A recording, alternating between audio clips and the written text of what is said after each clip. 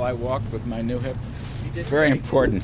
I said it was a purposeful stride. Thank you. I like that, purposeful. Larry, the numbers for August were a little off the pace that they have been the rest of the year. Are you concerned by how sluggish it seems to be right now? Numbers for August were fabulous. Fabulous. I'm going to just teach you a little business economics here.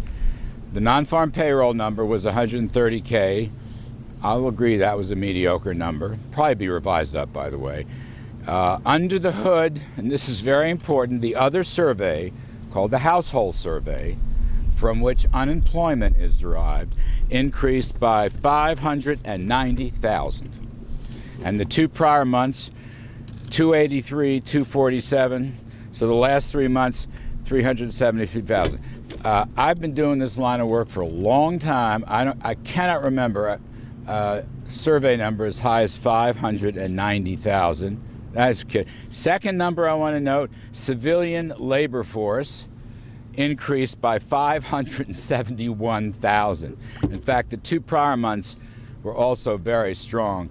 That is to say, people re-entering the labor force, we say coming out of the woodwork.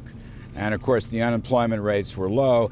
So I would simply say Americans are working, and let me just add this one point. The wage rate for the past 3 months, average hourly earnings, 4.1% at an annual rate. So I think this was a blockbuster report. There are some indications that the trade war may be having a negative impact on some of these numbers. How much urgency is there to come to some kind of a deal? And what does that mean for talks in October? Well, well, let me talk about the deal in a moment. Regarding the economic impact, I think, you know, the economic impact for the USA has been minimal. I think the impact on China by a factor of 4 or 5 to 1 has been much, much greater, including the drop in the yuan currency, which, by the way, takes the heat off us, but puts them in a very bad position. Capital is flowing away from China, and they have to pay more for everything they do. So I think the economic impact here is minimal. But I do want to say, Hallie, that it's very good at this point, you know, we've had our ups and downs, that the negotiations are going to re-trigger.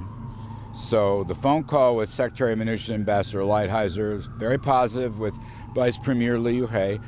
The deputies will come, I guess, in a week or two here in Washington to meet with our deputies, and then the principals will meet sometime in October. Hadn't been nailed down yet. I'm not here to predict outcomes. I'm just going to say the Kudlow axiom, always better to talk than not to talk. So I just think this is a good thing. On trade. Amen. Fed Chair Jay Powell earlier today said that uncertainty around trade policy is causing some companies to hold back on investment. Do you agree with that? You know, I had a sandwich with Jay yesterday, as we do every month. I hear that view. I see that view. I understand that point of view. But I just want to put it in context because I'll give you an example, speaking of the Fed. After lunch yesterday, I met with the Federal Reserve Advisory Council, a dozen or so distinguished bankers and business people from around the country. And here's what they said. They read about the tariff issues and the concern about the issues and the trade negotiations. But with respect to their own operations, and these are from people all over the country, Eamon, their most difficult issue was getting skilled workers to fill up demand for labor. And they didn't see any palpable impact. Now, I acknowledge some companies may have an issue. We are trying to work with them, by the way, particularly, as you know, the consumer companies with a waiver of the tariff increase until mid-December. But I just feel that the reporting, and I'm not taking a whack. I'm just saying the stories in the papers has generated a psychology which is vastly worse than the reality. That's really all I'm trying to say. And I again, with respect, I just thought today's numbers even, I mean, you heard me on your network this morning go through these very numbers, and I think people are missing the underlying strength of the economy is really much better than folks seem to think. Go ahead, follow through. When you have lunch with Jay Powell, as you said, you had lunch with him yesterday, Yes. You had a sandwich.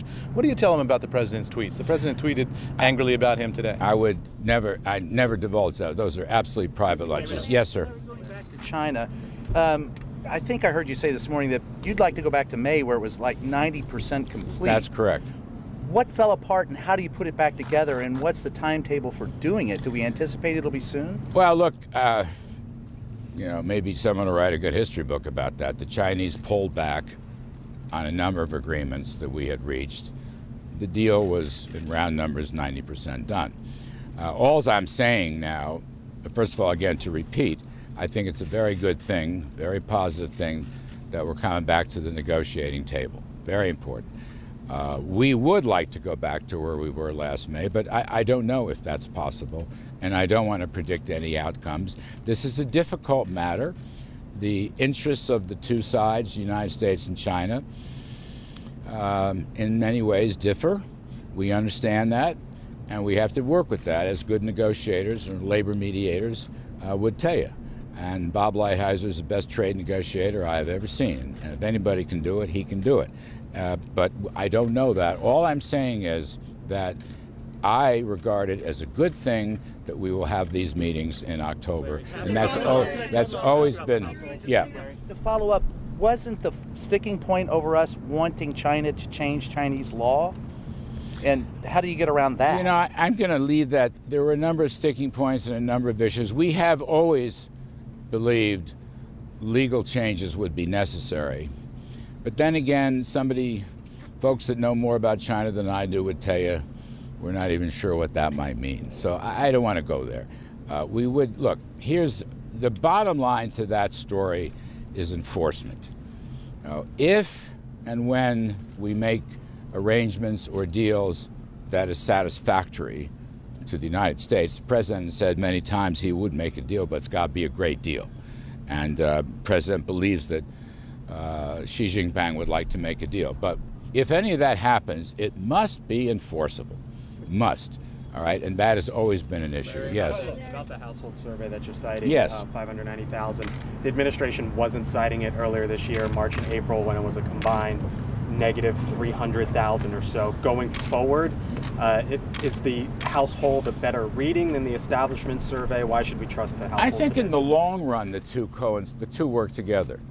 But at turning points, you often see differences. And, you know, I don't want to get too in the weeds. It's not necessarily a financial audience here. You know. But I think, you know, softness in the household survey is something to look at. And may have been forecasting some softness in manufacturing, for example. But I got to tell you, I've never seen a number like 590,000. And it's not isolated because the prior 2 months were showing the big buildup. And the other one I really like is the increase in the civilian labor force, because we believe that the prosperity cycle that has been created in no small part by presidential policies of tax cuts and deregulation and so forth. You know, folks are working, they're getting paid well, and I think a lot of folks who moved out of the labor force see that and they want to come back in and play a role. They want to take part in it.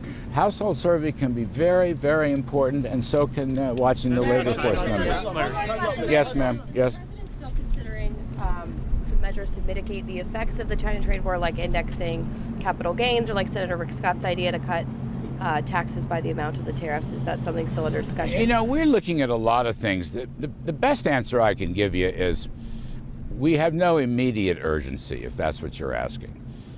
There's no anti-recession policy making because we don't see recession. I call it tax cuts 2.0, and I've spoken with the president, who has signed off on that concept. We're talking to a lot of people here, the Hill, outside, and in due course we will probably come up with a new tax cut proposal, a broad-based tax cut proposal. I wouldn't expect it soon. My hunch is it will come out sometime during the campaign. That's really what we're doing. Yes. Thank you. Kudlow. I'll do the best I can. With all the complexities, does the president still believe that trade wars are easy to win? Well, I don't know. You'd have to ask him directly, okay?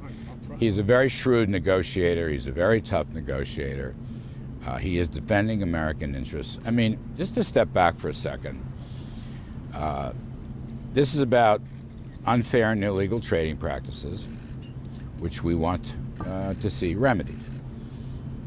This is also about human rights issues, increasingly, regarding Hong Kong, regarding other issues that the Chinese have grappled with in ways that have troubled the world community. And perhaps most importantly, this is about national security. Now, I'm not going to go into the specifics of any of that. I'm just going to say it turns out that this is a very large-scale undertaking. And, you know, look, I'm not an old China hand. I would just say Americans believe this is a battle worth fighting. And I think the president has convinced the country that we had to deal with China. Other administrations in both parties failed to do so. And the president has convinced the country that we have to deal with these China problems. And I don't want to characterize them, that's up to him. But I think we know we are committed to this. And at the end of the day, look, I'm an old Reagan guy. I worked across the street as a Reagan Cub Scout when I was the OMB deputy. I remember President Reagan waging a similar fight against the Soviet Union. These different times now, I get that. Everybody said we couldn't win, the best we could do is contain them. He said, no, we can overturn them and overthrow them. I'm not suggesting we're going to overthrow China. George Bush did try it in 2002, and the retaliatory tariffs resulted in us having to pull out of that. Well, you know, sometimes you have to stick with it, don't you? Sometimes you have to stick with it. And I think you will find this president's commitment is unlimited because he believes he is defending the country and its workers and its security. So I wouldn't expect him to withdraw at all. In fact, quite the reverse in my conversations with him. Let me try to be as fair as I can, yeah. The vice president yesterday emphasized just how quickly he wants the U.S. to make a trade deal with Great Britain upon exiting, upon the UK exiting Brexit. My question is, why is he making this such a top priority? And is it even realistic, though, to expect Congress to take up another trade deal with all that it's got on its plate? Well, it's not a tomorrow question. I mean, the most important trade deal is the USMCA. That is our top legislative priority, which, as I've said before, our estimates and the estimates of other outside groups could be worth a half a percentage point of additional real GDP per year with a couple of 100,000 new jobs per year. So that's the number one legislative priority on trade. Now, also, we announced, Ambassador Lighthizer announced a deal in principle with Japan, which I think is to great benefit of both sides. Perhaps we will have that sewn up at the UN meetings in a couple of weeks. We actually have enhanced our discussions with the European Union. We got a beef deal going. I think that's a big plus. We've had very luck with them on LNG and on soybeans. So there's all that directly in front of us. Regarding Great Britain, the president has said that we would love to do a trading deal with the United Kingdom. Now, they've got some hurdles before they can get there. We saw them, of course, at the G7. I know the Prime Minister, President's a big fan of the Prime Ministers, as you know. Steve Mnuchin and I met in London with the new Chancellor and the Prime Minister for some more talks, but Parliament seems to have, at least for the moment, thrown a monkey wrench. So we got to get through the parliamentary stuff first, then go to trade. But our desire, our goal, is to get a deal with the United Kingdom. No question about it. Hold on. Yes, please. President Trump announced that Brazil is allowing more. That who? Brazil. Brazil. Yes. Brazil is allowing American ethanol to enter the country without tariffs. What is the United States giving in return to Brazil? We're in a long discussion with Brazil on many of these items. We'd like them to open up those markets. They have some. We'd probably like to see more, okay? In no small way to help our farmers diversify their markets. But there's a larger trade conversation with Brazil, and I don't want to cherry pick individual points. Yes? So the two areas in which we saw kind of a decline were mining and manufacturing. These are also two industries that the president has Manufacturing was flat. It was plus 3,000. And the president has committed to growing these areas, to bringing back those manufacturing jobs, to bringing back those mining jobs. So how exactly is he doing that when the numbers don't really back that up? At least Well, that's not true. We've created over 500,000 manufacturing jobs. You know that, don't you? You're just cherry picking 1 month. Well, I said of this month. So how is So you got the wrong guy. I mean, I'm not going to let you get away with that. Now, these numbers ebb and flow. They ebb and flow. We've roared. Now it's kind of stabilized. I think you're going to see another roar is what I think you're going to see. On the mining stuff, we've had mining means essentially the energy sector. And we've had tremendous boom. Now, that has leveled off as prices have settled in. But, 500,000 plus manufacturing jobs in total is a tremendous achievement. I'll just take one or two more. Yes. On what you said about the UK trade deal, you said the USMCA is the #1 priority. Yes. You just mentioned the Japan trade deal. Obviously, you're waging a war against China right now. It sounds like you're telling the UK back of the queue if you want to get a trade deal with the United States. No, please don't misinterpret me. USMCA has been negotiated and agreed upon by the three countries. We're waiting for congressional action, and hopefully it will come this autumn. I'm rather an optimist on that, and as I've said many times, I think Speaker Pelosi has been very accommodative to us, and she and Ambassador Lighthizer work very well together. Simultaneously, we're working with Japan and making great progress on that. So that's like directly in front of us. Now, we'd be happy to get to work with a United Kingdom FTA. We just have to get a green light from their side with respect to their parliamentary activities and their discussions with the EU. It's not, we're not put, we can, we're trying to walk and chew gum at the same time. One generic point I want to make here, people focus on the Chinese trade issue. I get that, it's very important.